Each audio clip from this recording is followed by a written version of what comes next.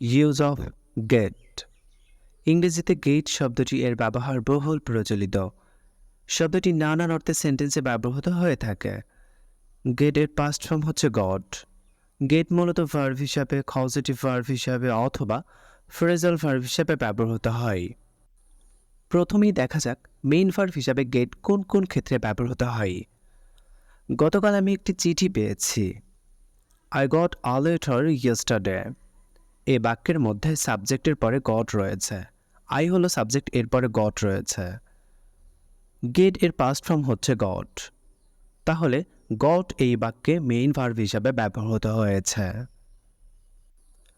To reach or arrive, পৌঁছানো বোঝাতে gate ব্যবহার করা হয়।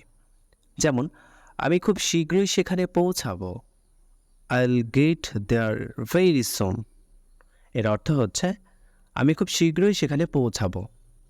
তাহলে এইখানে পৌঁছানো অর্থ নিয়ে কথা বলা হচ্ছে, পৌঁছানো বোঝানো হচ্ছে। এই জন্য আমরা সাবজেক্ট ব্যবহার করব, এরপরে অক্সিলারি ভার্ব, এরপরে গেট ব্যবহার করব। তাহলেই গেট কথাটার মিনিং এখানে পৌঁছানো অর্থে ব্যবহৃত হয়ে থাকবে। টু বাই অর পার্সেস, কোনো কিছু কেনা হয়েছে বোঝানোর জন্য গেট ব্যবহার করা হয়। যেমন আগামীকাল আমি একটি নতুন মোবাইল নেব। টুমরো আইল get a new mobile phone. এই বাক্যে দেখুন কেনা অথবা কোনো কিছু নেওয়া অর্থে বোঝানো হচ্ছে। এই জন্য আমরা সাবজেক্ট এবং অক্সিলারি ভার্বের পরে গেট ব্যবহার করেছি। তাহলে কোনো কিছু কেনা অথবা কোনো কিছু ক্রয় করা বা নেওয়া অর্থে আমরা গেট ব্যবহার করব। আগামীকাল আমি একটি নতুন মোবাইল নেব, এইখানে নেওয়া অথবা কেনার কথা বলা হচ্ছে। এই জন্য আমরা এখানে ব্যবহার করেছি সাবজেক্ট আই, এরপরে উইল, এরপরে আমাদের গেট ব্যবহার করেছি। টুমরো আইল get a new mobile phone. আগামীকাল আমি একটি নতুন মোবাইল নেব। সেন্স অফ স্টেট, অর্থাৎ কোনো একটি বস্তু যে অবস্থায় আছে তা থেকে পরিবর্তন করা বা হওয়া বোঝাতে গেট ব্যবহার করা হয়। যেমন অন্ধকার হয়ে আসছে। এই বাক্যটা যেহেতু কন্টিনিউয়াস ফর্ম, এই জন্য আমরা গেটিং ব্যবহার করব।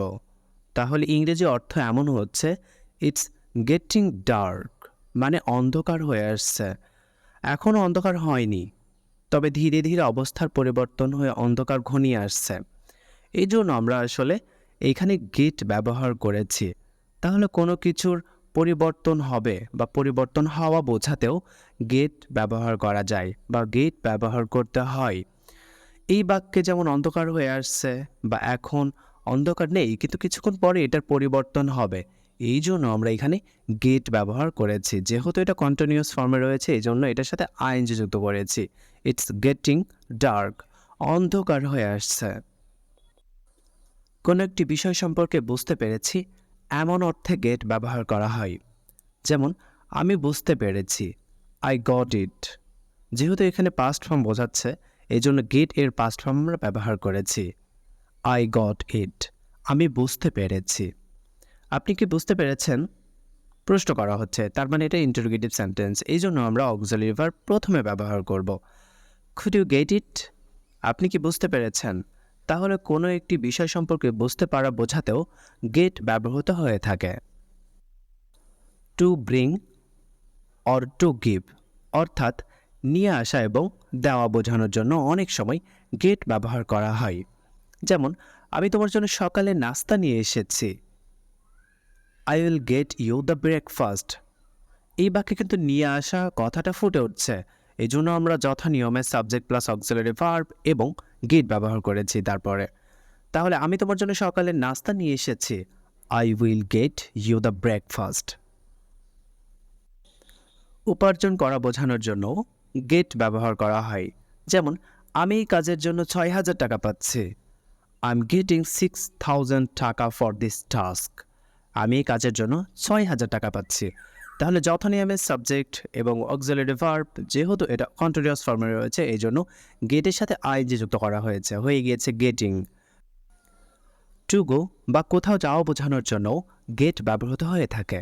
যেমন এখান থেকে চলে যাও, গেট আউট অফ হেয়ার। ওইখানে যাবে না, ডোন্ট গেট দেয়ার। তাহলে যাওয়া বোঝানোর জন্য গেট ব্যবহৃত হয়ে থাকে। সবশেষে আমরা জেনে নিব গেট এর কিছু ফ্রেজাল ভার্ব এবং এর বাংলা অর্থ ও উদাহরণ। গেট অন, যার বাংলা অর্থ হচ্ছে কোনো যানবাহনে ওঠা, যেমন here's the bus, let's get on. Get off, যার অর্থ নামা, we got off the plane and went to passport control. Get in, যার বাংলা অর্থ প্রবেশ করা, he got in the car and put on his seat belt. Get out, যার বাংলা অর্থ বের হওয়া, যেমন okay kids, we have arrived, you can get out now. তাহলে এইগুলো হলো ফ্রেজাল ভার্ব। আমরা গেট নিয়ে অনেক সমস্যার সম্মুখীন হয়ে থাকি। আশা করছি আজকের পর থেকে আর এই সমস্যাগুলো ফেস করবেন না। ক্লাসটি যদি ভালো লাগে চ্যানেলটি সাবস্ক্রাইব করবেন এবং দেখা হবে আগামী পর্বে। ততক্ষণ পর্যন্ত সুস্থ থাকবেন, ভালো থাকবেন। খোদা হাফেজ।